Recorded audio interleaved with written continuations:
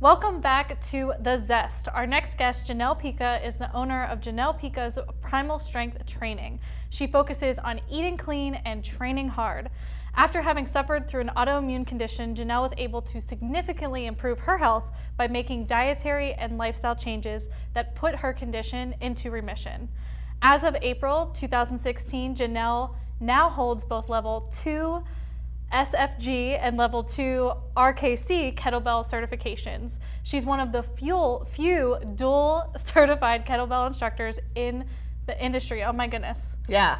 That's crazy. I know, right? I didn't even know that. No, it's a big deal. So yeah, it's amazing. Okay, so tell me why kettlebell then? Like, Okay. why is this, first of all, like, why should we care about it? Why is it a thing? And why have you decided to make it, like, yes, I'm going to Make it my thing. Make it your thing. And I'm It's going to my go thing. all out with kettlebell. Yeah, absolutely. We even have your book here. Yeah. With your kettlebells. I do, right? I am like the kettlebell queen of Pittsburgh. They You taught are. me that. Yeah. So first, what is a kettlebell? Kettlebells are a cast iron ball, really, with a handle on top. Okay. So it's a different shape, if you will, of a dumbbell, but the way that it works against gravity causes a lot more force production, so you get a little bit more of exertion that you would get with like regular dumbbell training. Okay. What I like about it is really joint friendly. I got into kettlebell training years ago because I was looking for something to complement my training. I had some knee problems from playing competitive basketball when I was a high schooler, and I just couldn't really run very well. So this gave me an opportunity to lift and do a lot more exercises that were joint friendly but still yield like muscle development, fat loss, things of that nature. Also, I really like them because you can take them anywhere, and workouts can be anywhere from like 15 minutes to like half an hour, like a day, nice. and then you're done. Yeah, so it's really, really time efficient. I So love watching you like travel with them. do you in You'll my be like, car? yeah, you'll be I'm like, like, hey, these are my babies. got my kettlebell. Yeah, it's exactly what I do. Yeah. Although it would make a little like traveling on a plane with the luggage and maybe a little heavy. I've tried but to check them in before, and security doesn't like it, so no, just don't. Just don't. Okay, don't okay, do good. it. That's one tip we got for you. Yeah, don't travel like in a plane with kettlebells, because the TSA will probably not be happy. So yeah. That's great. Well, yeah. okay, so what are some of the things that you kind of, what's the foundation? Like, what would you teach, what do you teach your clients, essentially? What's some of the foundation, like if someone's completely new to kettlebell, where would you start with them? Okay, so 3 basic, most fundamental lifts that you can do with a kettlebell would be the kettlebell squat, okay? The kettlebell. I'm not going to squat No, today. I don't want, that's fine. That's why I'm in my workout gear Yeah. and you're just here like, you know. So kettlebell goblet squats, which would mean bringing your bell right up to the center of your chest here, and you would try to drop into a squat here, below parallel if you can. Sometimes I'll accept here depending on person's hip mobility, okay? So that's your basic squat motion with that. The other thing that I would recommend doing, I'm gonna move this guy out of the way. Yep. I'm gonna ask you to back up just a wee bit. Yep. Would be your basic 2-handed kettlebell swing. Starting from a position on the floor, right to the top, okay? Wow. So that's a really crash course type of like demonstration of the 2 basic lifts and stuff like that. Yeah. The other thing I like to do too is for upper body strength is the kettlebell press, which will start here, and to the top, back down, and that's like my thing. I've actually written a publication on that too. So that's the one that I'm like, every time I see you, you're always lifting these kettlebells like that so are massive. Yeah. So, those big little cast iron balls there. You got it. So. So Awesome. tell us a little bit about the book now. So you've taken basically your training. So you're one of the only people in Pittsburgh that does this. Yes. And you've taken it and now you've made it accessible for people? I have made it accessible for people. So this publication came actually out of an idea at a time I was very confused about where to take my career.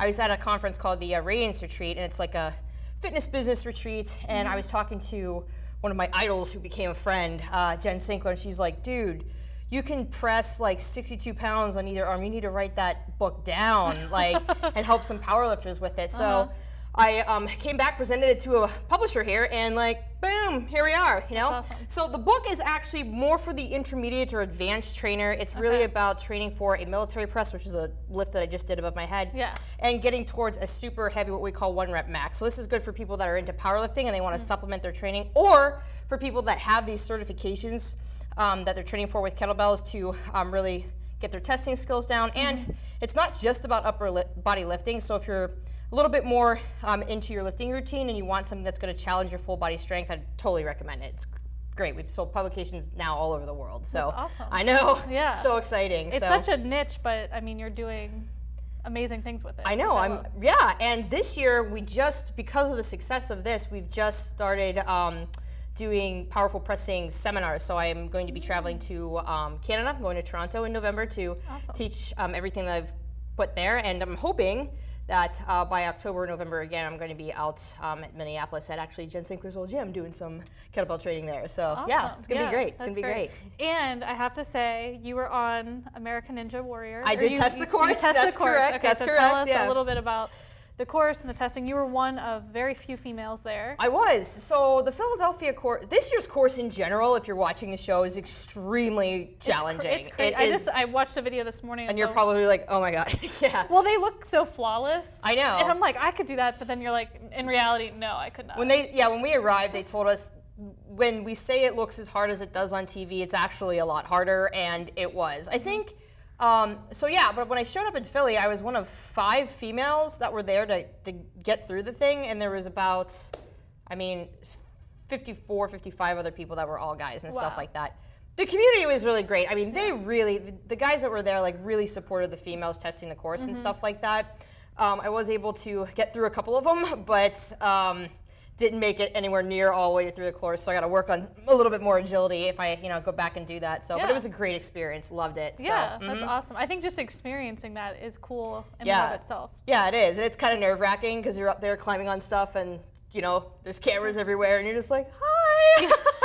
You're like, oh hey, don't screw up. Yeah, you're like, don't screw up. You have I've got this. I'm strong. Here we go. Yeah, definitely. Cool. So are you thinking maybe round 2? Maybe you'll try it again? I might, because the TV world is weird. I'm sure you're aware, But the producers were really just floored by my story and stuff like that. So I am in the rigmarole, constantly talking to them about what their vision is for the show moving forward and things like that. So I may very well apply again. I have some obstacle courses that I'm doing for shorter distances this year to kind of, get mentally prepared for, something like that again. So who knows? I'm totally for it. So yeah. You really have to train. That's one thing that you realize is the people dedicate their lives to training for that. That's what I think they don't show on TV is how much training really goes into something like that. Yeah, which is why I was an unusual participant, because I actually came in, had this story, and came in as like a power strength athlete. Normally they get more climbers, they'll get more people that run these kinds of races and stuff like that. But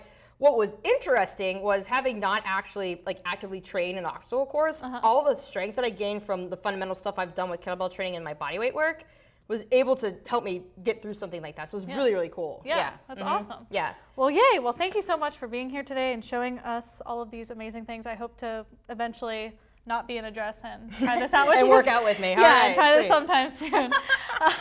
So for more clean eating and hard training, please visit Janelle on Instagram. She is amazing, and it's at Janelle Pica _primal strength.